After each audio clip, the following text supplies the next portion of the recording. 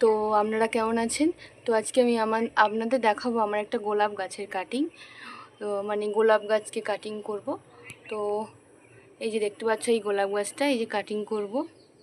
তো তার বিভিন্ন প্রসেস আমি তোমাদের দেখাবো আজকে, যে কীভাবে আমি গোলাপ গাছের কাটিংটা করি।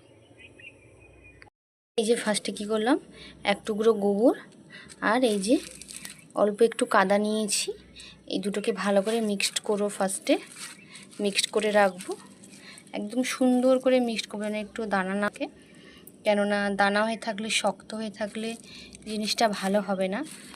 তো তাই ভালো করে মিক্সড করে নেব গোবরটা দিয়ে আর কাদাটাকে দিয়ে।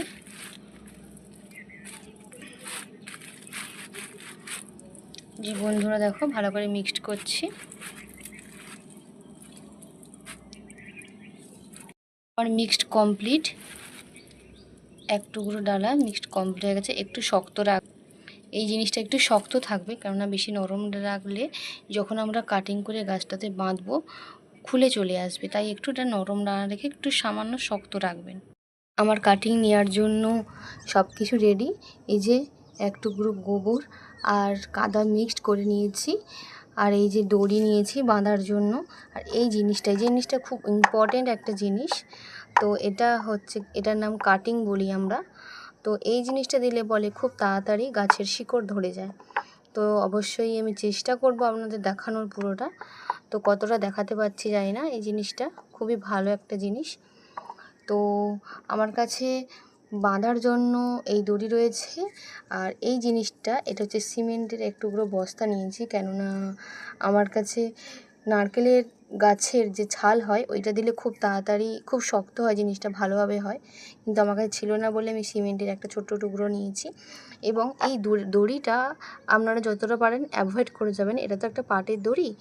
তো পাটের দড়ি এখন বর্ষাকাল দিলে পচকা হয়ে যায় এবং নষ্ট হয়ে যায়। তার জন্য আপনারা যদি লাইলনের দড়ি দেন খুবই ভালো, বা কাপড়ের পাড়। তাও আমার কাছে ছিল না বলে আমি এই দুটো লাইলনের দড়ি পাইনি, তাই আমি পাটের দড়ি নিয়েছি। অবশ্যই তোমাদের দেখাচ্ছি কীভাবে আমি করছি কাজটা। হ্যালো বন্ধুরা, এই যে ফার্স্টে আমি ছুরিটা দিয়ে, দেখতে পাচ্ছেন এই যে ছুরিটা একটা ডালে যেহেতু কাটিংটা দেব, তো ফার্স্টে এটাকে ছিলে নেব। ছুরি যে সাদা অংশ দেখতে পাচ্ছেন এইভাবে ছুলব। গাছটাকে ভালো করে একটা ছুরি দিয়ে সাইজ করে এর ভিতরে সাদা অংশটা বের করব।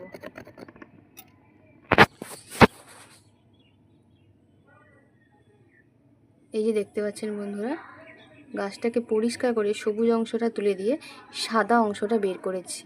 এরপরে এর সাথে কাটিং দেব। দেখতে থাকুন আমি কি করছি।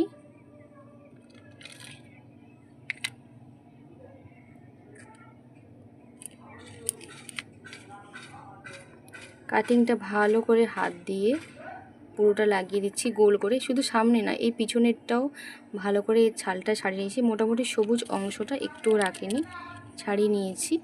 ছাড়িয়ে নেওয়ার পরে ভালো করে এই কাটিংটা ঘষে দিচ্ছি। এই জিনিসটা দিলে খুব তাড়াতাড়ি শিকড় হয় এবং গাছটা তাড়াতাড়ি ধরে। কাটিং দিলাম ফার্স্টে। কাটিং দেওয়ার পর যে সিমেন্ট আর সিমেন্টের বস্তার সাথে এই যে কাদার অংশটা এইভাবে চেপে ঘুরিয়ে কাদা অংশটা ভালো করে দিয়ে দিলাম।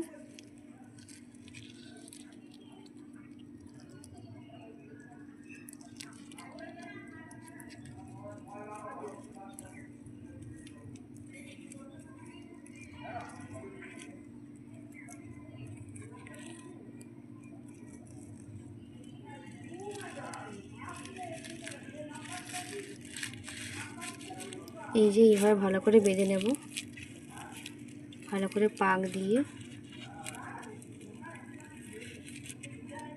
এবার এখানে ভালো করে দড়ি দিয়ে বেঁধে দেব।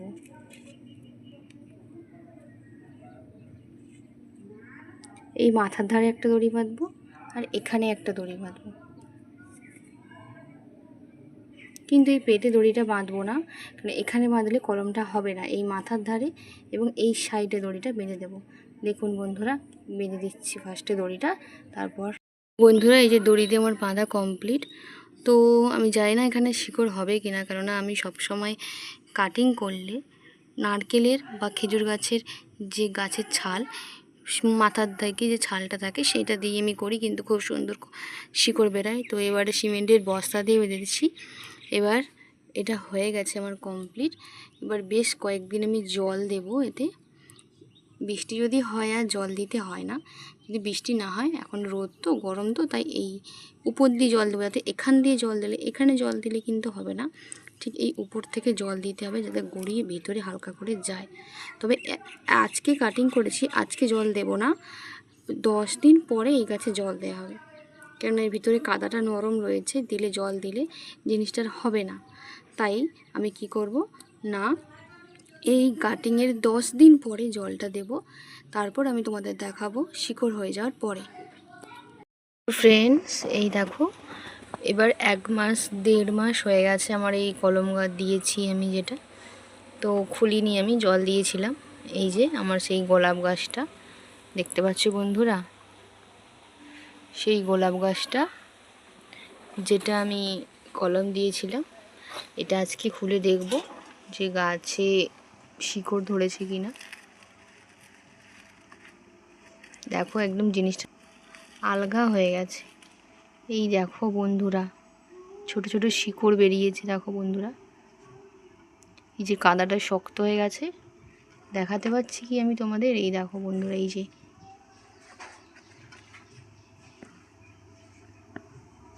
এই দেখো ছোট ছোট শিকড় বেরিয়েছে গাছটা থেকে। এবার গাছটা আমি আজকে লাগাবো, তার আগে গাছটা কেটে নেব।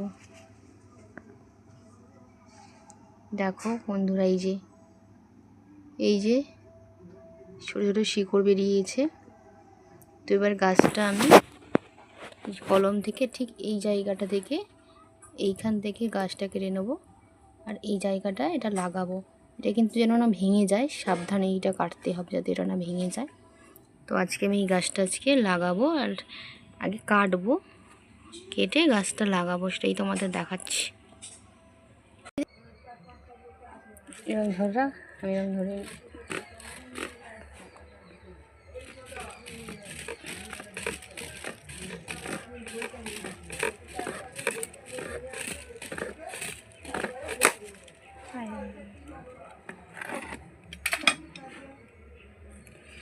বন্ধুরা, আমার কাটা কমপ্লিট। আর এই জিনিসটা খুলে ফেলে দেবো।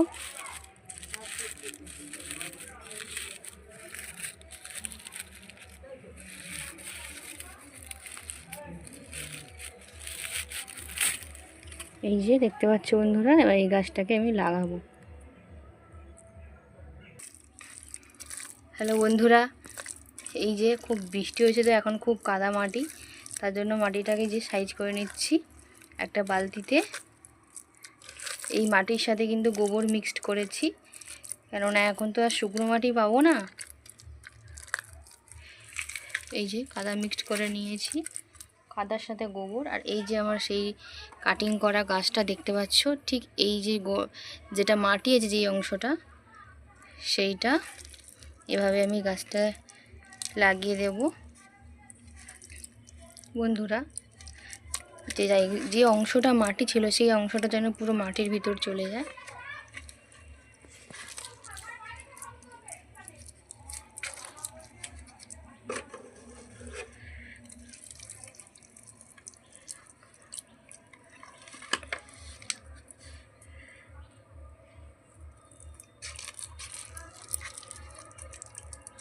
এই যে বন্ধুরা, আমার কিন্তু রিপোর্টিং করা কমপ্লিট।